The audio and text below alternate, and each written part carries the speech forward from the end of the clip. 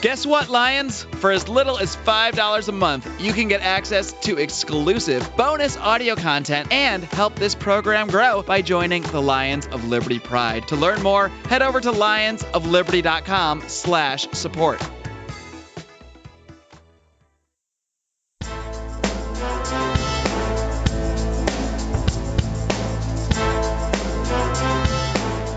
Welcome to Felony Friday, a presentation of the Lions of Liberty podcast. Here is your host, John Odermatt. Felons, friends, and freedom lovers, welcome back to another edition of Felony Friday right here on the Lions of Liberty podcast. Felony Friday is a weekly show that publishes every Friday, and we focus each week on exposing injustice in the broken criminal justice system. Felony Friday is one of 3 shows published on the Lions of Liberty podcast feed. We have a show every Monday hosted by Mark Clare. That is our OG Lions of Liberty podcast, the original Lions of Liberty podcast, and Mark just passed his 300th episode of that show. Every Wednesday, we have Electric Liberty Land with Brian McWilliams. It's your weekly shot of culture, comedy, and liberty. It's a wildly entertaining show. You don't want to miss it. So make sure to subscribe to receive the Lions of Liberty podcast on iTunes or Stitcher, wherever you get your podcasts, so you don't miss any of these 3 shows. This is the 79th episode of Felony Friday, so that means you could find the show notes with links and notes to everything that I'm going to talk about and reference with my guest today at lionsofliberty.com/FF79. For today's show, just to give you a little teaser here, I interviewed a legal scholar and law professor by the name of Mark Osler. Now, most of you probably haven't heard of Mark, but he has made a gigantic impact in the criminal justice system. He was actually one of the key driving forces behind the push for clemency that saw so many people be granted clemency by President Barack Obama. He's truly a remarkable man, and I can't wait for you guys to hear this interview. Before we get to the interview, though, I want to tell you guys about the sponsor for today's show. Today's show is sponsored by, once again, MartinArmory.com. And MartinArmory.com was founded on the simple goal of making buying a gun easy and also affordable. A lot of these online gun dealers try to carry every gun under the sun, and they're all over the place. Their pricing's all over the place. But at MartinArmory.com, they focus on carrying just a few select guns, just the top 25 guns out of rifles, shotguns, and handguns. They just focus on the best in each category. And by doing that, by using this unique business model, they're able to deliver you guns at ridiculous prices. So go for yourself, find out for yourself, go to MartinArmory.com, pick out a gun you want, buy it, go to checkout, put in code at checkout LIONS to get free shipping on that price, and I promise you're going to be satisfied with the price and you're going to be very happy with your free shipping. All right, guys, that's all I got. Let's get rolling with today's show. My guest today on Felony Friday is Mark Osler. Mark is a legal scholar, law professor at the University of St. Thomas School of Law in Minneapolis, Minnesota, and a staunch critic of narcotics policy and capital punishment. Osler received his JD from Yale Law School in 1990. He worked as an assistant U.S. attorney in Detroit before beginning work as a law professor at Baylor University in 2000 and then leaving for St. Thomas in 2010. At St. Thomas, he founded the nation's first law school clinic on federal commutations, and he has advocated for an expansive use of the presidential pardon power. Osler has written extensively on clemency, sentencing, and narcotics policy. His writing has appeared in the New York Times, the Washington Post, and in several journals at some of the nation's most respected universities. He's also the author of the book Jesus on Death Row, which critiques capital punishment in the United States through an examination of the biblical account of Jesus Christ's trial and execution. Mark, it's an honor to have you here on Felony Friday. Well, thanks for having me. Well, thank you for coming on the show. And as I listed there in your intro, you have a really impressive career. It was really, really fun reading a lot of your work and looking into everything you've accomplished. I didn't get a chance to read your books, but I do want to talk about them. Impacted lives as a law professor. You've done this incredible work to help nonviolent offenders to get clemency through these Clemency Clinics.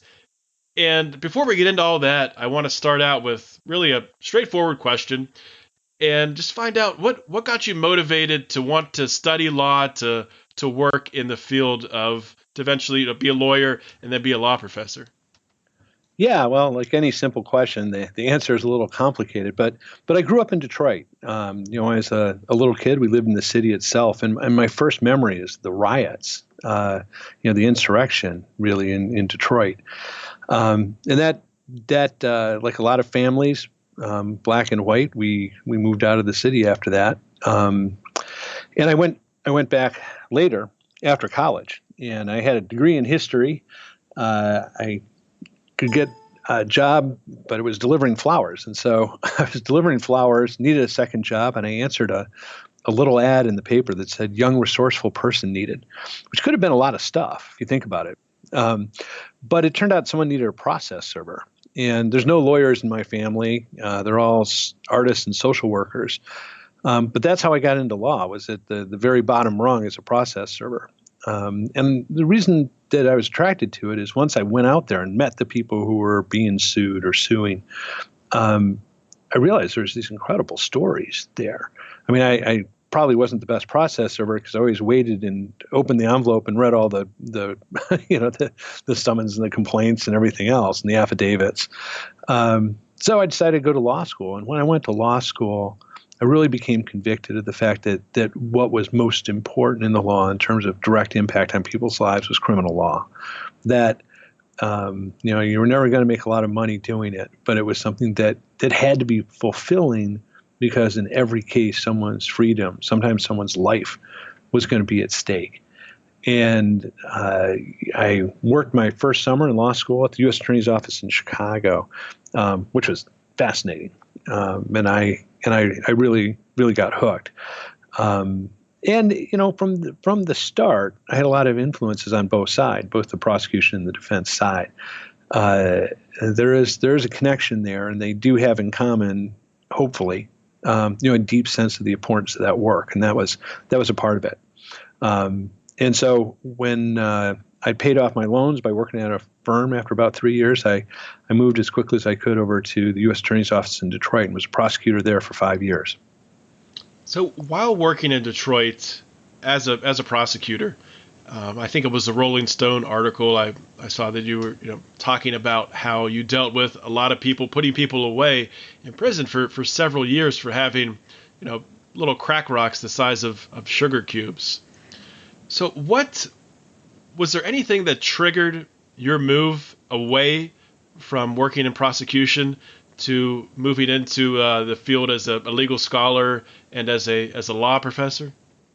Yeah, there was, and especially that made me want to be the kind of advocate that I am now, and that is that, I was in Detroit. It was the 1990s. I was a starting prosecutor, and that meant I had a lot of crack cases, and a lot of them were really small-time crack cases, 5.3 grams of crack, just over the threshold for a 5-year mandatory minimum sentence.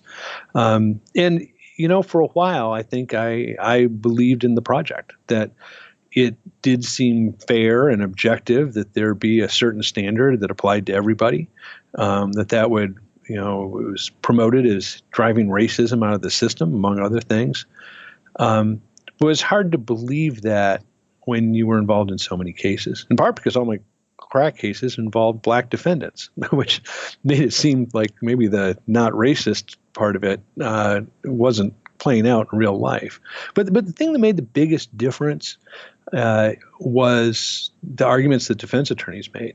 There were two federal defenders there in particular, Andrew Densimo and Richard Helfrich. And I remember Densimo particularly in cases where it was a mandatory minimum sentence. We go to sentencing, and I didn't have to argue anything. We all knew what the sentence had to be. But the judge would turn to him and say, "Are you going to make your usual futile speech?"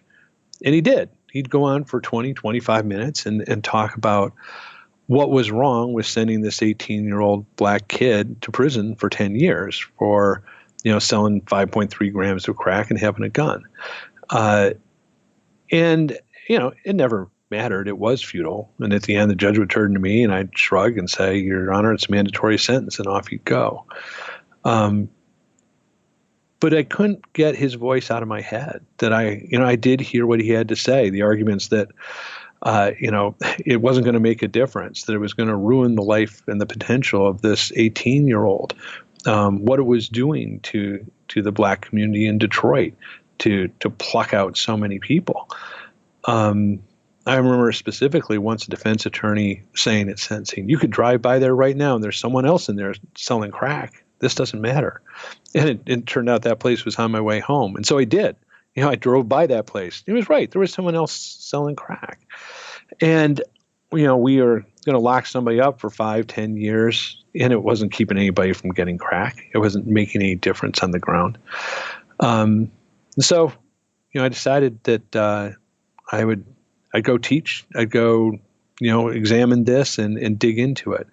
And, I'd been in practice for a while, and law schools aren't particularly fond of that. They want people fresh out of school and a Supreme Court clerkship, and I wasn't that person.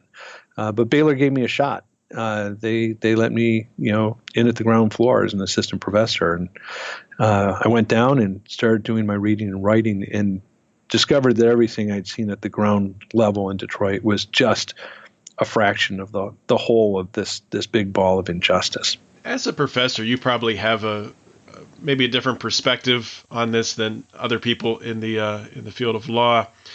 But obviously, recently, with Jeff Sessions coming out and bringing back mandatory minimums, I know I've seen a couple instances where judges have reluctantly sort of said that they have to give this mandatory minimum sentence, but they disagree with it.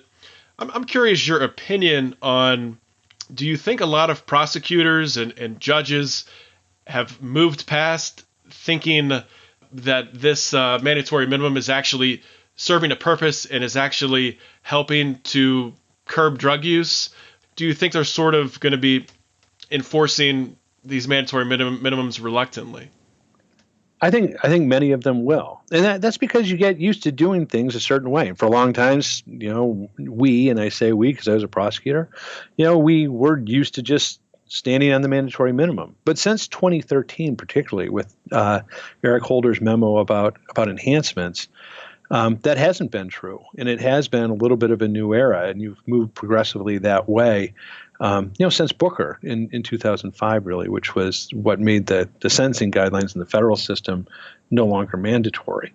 And what we're seeing Jeff Sessions push for, and it really hasn't been implemented yet, is to go back to the old days. You've had this steady, slow movement towards more discretion, more humane sentences, fewer ridiculous life sentences, and what this is a pushback going the other way. And there are going to be a lot of people on the bench and in prosecutors' offices who have a problem with that. I mean, there's some who are outspoken. The judge you may be referring to is Mark Bennett in Iowa, who has written a lot about this. In fact, the two of us co-authored an article about this.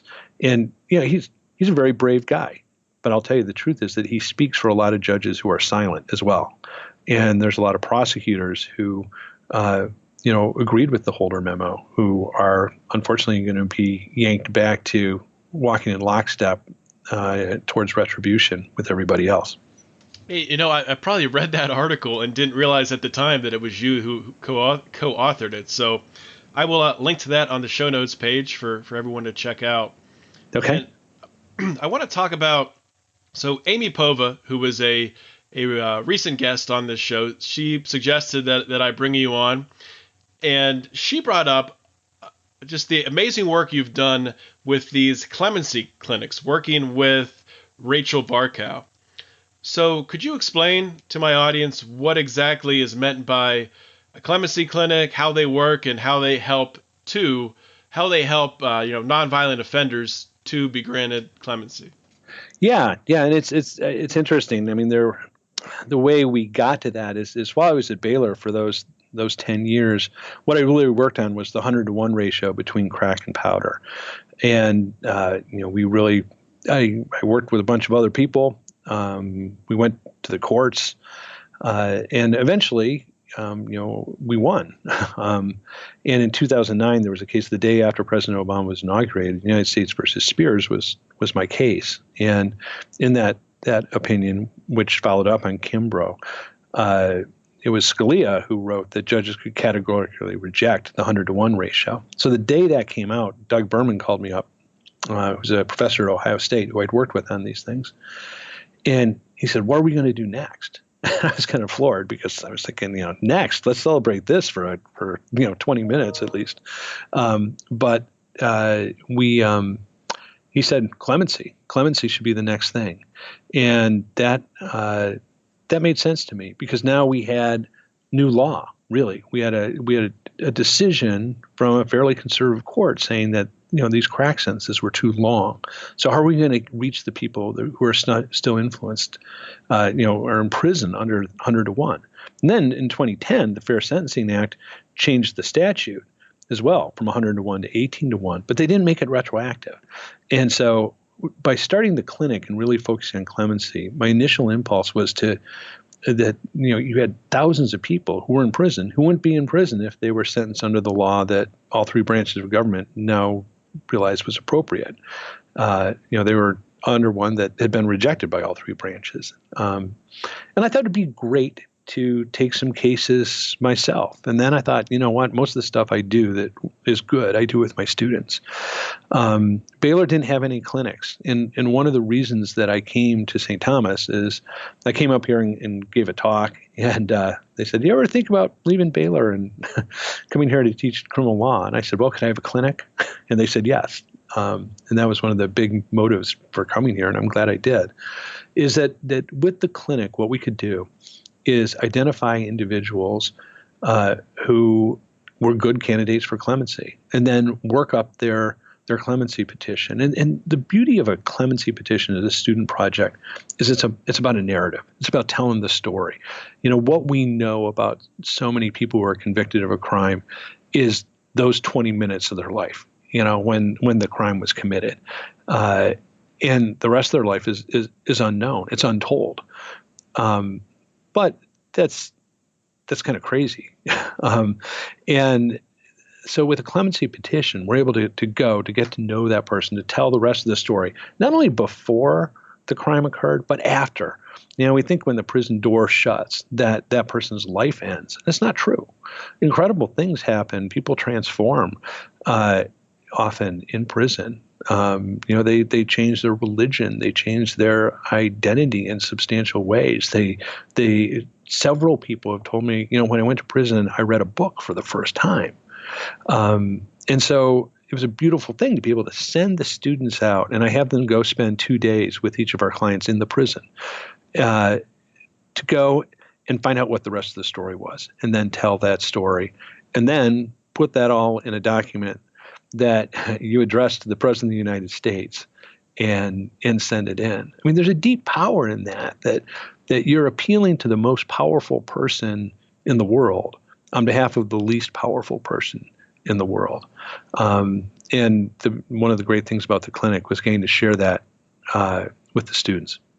That is truly great stuff, Mark. We're just going to take a real quick commercial break to hear from today's sponsor, and we'll be right back. I firmly believe one of the most important things you can do to protect yourself and your loved ones is to own a firearm. But for a lot of people, buying a gun can be an overwhelming process. There are just so many options, and not everyone feels comfortable walking into a gun store. Well, our friends at martinarmory.com are doing their part to change that. Martin Armory was founded with a simple goal: to make buying a gun simple and affordable. Instead of carrying thousands of different guns, martinarmory.com only carries 25. This allows them to focus on providing the most popular guns on the market at insanely cheap prices. And now, for a limited time, their prices are even more insane, as martinarmory.com is offering Lions of Liberty listeners free shipping. Simply go to martinarmory.com, pick an awesome gun and enter the promo code LIONS. Again, that's martinarmory.com. The promo code is LIONS. So are there any specific stories that stick out to you, any specific cases that your students worked on and brought to you that really stand out of some of these prisoners who had done some amazing things, either in prison to reform themselves? Is there anything that stands out and then your students were able to help to grant them clemency? Yeah. I mean, there's an awful lot of cases. But there's really two projects, and you touched on one of them before. I started the clinic here at St. Thomas, and then once Clemency Project 2014 started up, I was talking to Rachel Barkow at NYU, and we realized that there needed to be attorneys who specialized in this. And so we got a grant from Open Society, enough to hire 8 attorneys to work full-time for 1 year. And we created a pop-up law firm that did nothing but clemency at the end of the Obama administration. And, so between that and the clinic, we ended up getting over 100 people out of prison through clemency. Now, I mean, some of them, the stories are pretty remarkable. One of the ones that was most emotional for me was a guy named Ronald Blunt. Ronald is from Louisiana. He was addicted to crack. His brother was selling crack. He picked up, like a lot of people, a couple low-level offenses for selling to support his habit. And then he'd really pretty much bottomed out. He, was doing anything to get a rock, basically. And this is from the pre-sentence investigation report. Some of these things came out of. He was begging for change in the park across the street. He was living on his mom's porch because they wouldn't let him in the house. He only had one change of clothes. His role in the crack conspiracy was limited to very minor activities. Most of it was steering people to where they could buy crack. They'd come to him and say, "Where can I buy some crack?" And he'd show them, and then he'd get a cut. And he was that's what he was after. So he gets caught, and because of the 2 priors, he gets a life sentence. There's something so profoundly stupid about that, about giving a life sentence to someone who is so low down on whatever organizational chart you make for that crack organization. So got to know Ronald, got to know, how he had changed when he'd gone to prison, what he had done, what he had accomplished. And it was pretty remarkable. I went down to Louisiana and met with him in prison. My students did the same. And he called me every Friday. Every Friday he'd call just to check in, to see if anything had happened, to talk about the project as a whole, to talk about other people and what was happening with their cases. And for 2 years, nothing happened. But we talked every week. And then it was his time. And he got the grant. And it was an incredible thing. What they do is when they have a grant, they call you up as the attorney, and then they have you call the person who's receiving clemency. And the warden calls the inmate down to the office, but doesn't tell them usually why. And if you're called to the warden's office, it can mean a lot of things. It can mean you're being transferred. It can mean you're in trouble. You're put into isolation. There's a lot of things. But then they hand them the phone, and you get to be the person to tell them that after 15 years, after 20 years, after 27 years for one of our clients, they're gonna go home. And I knew that Ronald was a chaplain in the prison. So they handed him the phone, and I said, "God is good." And there was a pause, and he said, "All the time." And that's a moment I'll never forget. And that's something that, more than anything, 23-year-old law students created. And Ronald created himself because of what he did while he was in prison. And the deep tragedy is that stopped happening the moment Trump was inaugurated. Yeah, and that's just really an amazing story. And I've had Israel Torres on the show who's shared his story about, very similar, that moment when he found out. Yeah. that he was getting clemency, and just the emotions flowing at that moment. It was incredible to hear that, him relive that firsthand. And I've also had on the other side of that, Beth Curtis, who Sure. she's the founder of the organization Life for Pot, and her brother John Knock is still in prison for nonviolent marijuana offense. Are there any people that you've worked with in the Clemency Clinic or the pop-up law firm to the Clemency Project 2014? Any cases out there that really just kind of aggravate you, that they were great cases for someone to get clemency and it didn't happen? Yeah, there are, and I mean, some of them I can't really talk about specifically because the cases I've talked about, like Ronald Blunt, I've gotten express permission from my client to talk about it in depth in the detail and talk about the documents and everything. And a lot of people, don't give that same permission. But I can say that I have, since January 20th, I've gone into prisons and sat down with people that were denied. And, the thing that has been pretty amazing is more than once I've gone in to the prison, met with the person, and it feels more like they're consoling me than vice versa about what's going on. And I think in a way that's really true.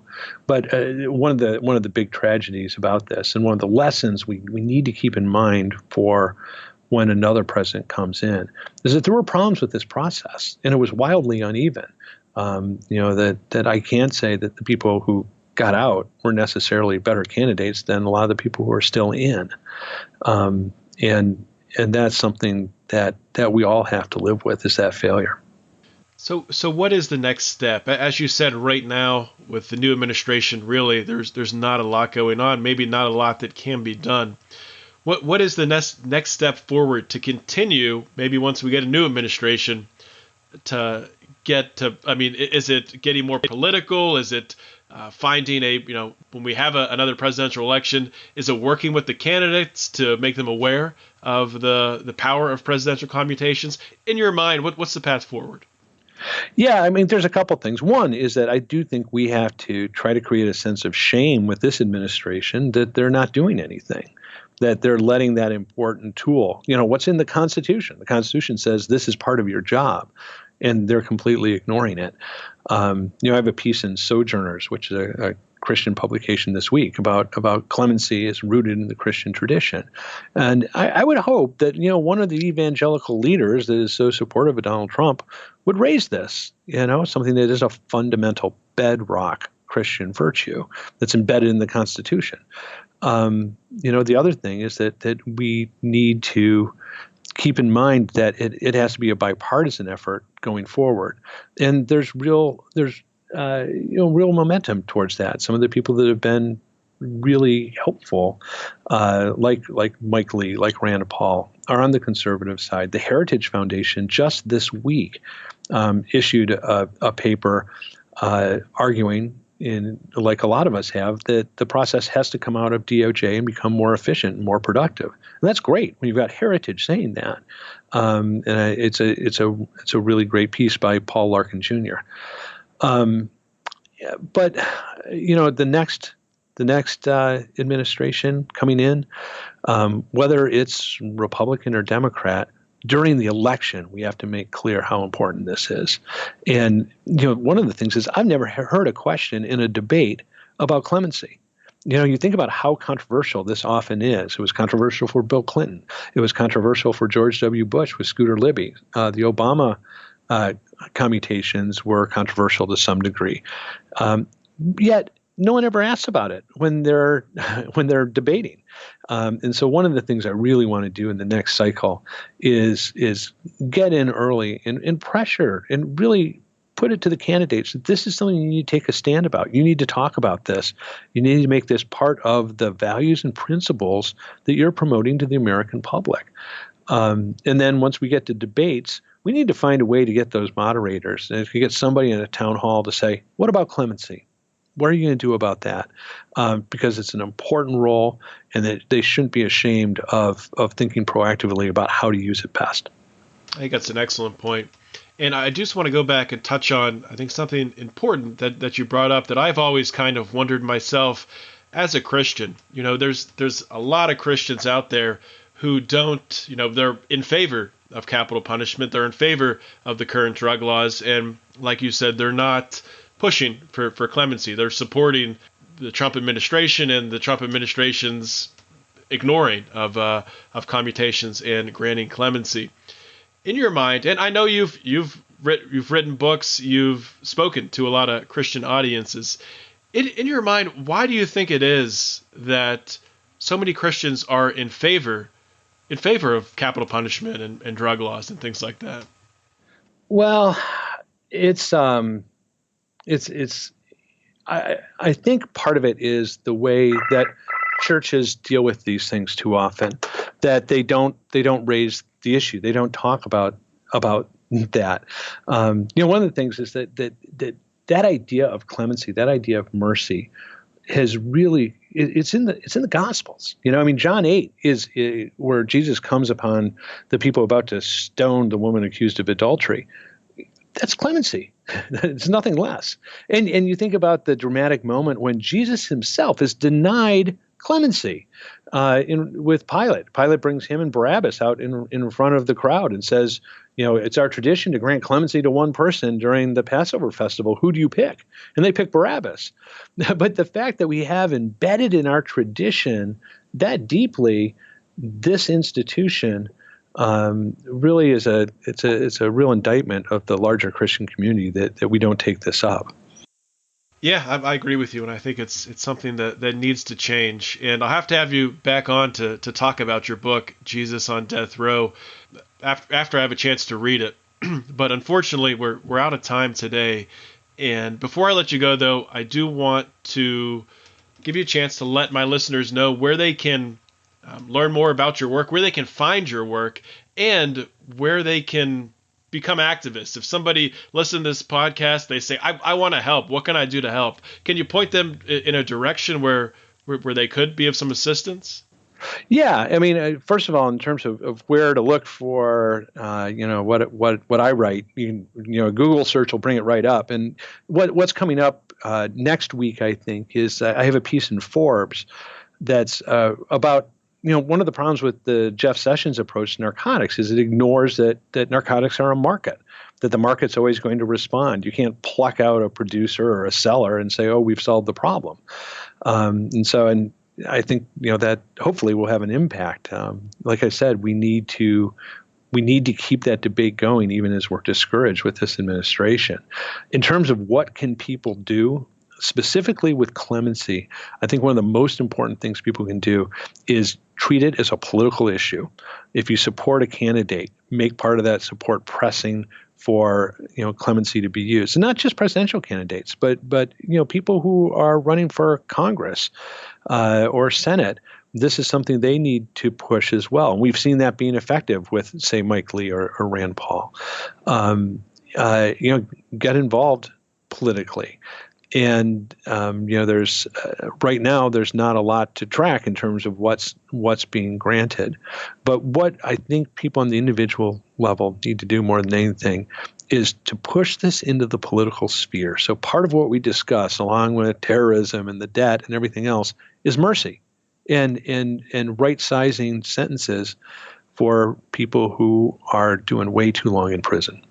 Well, thank you so much for your time today, Mark. I know you're a busy guy, but thanks for sharing your thoughts with the Felony Friday audience.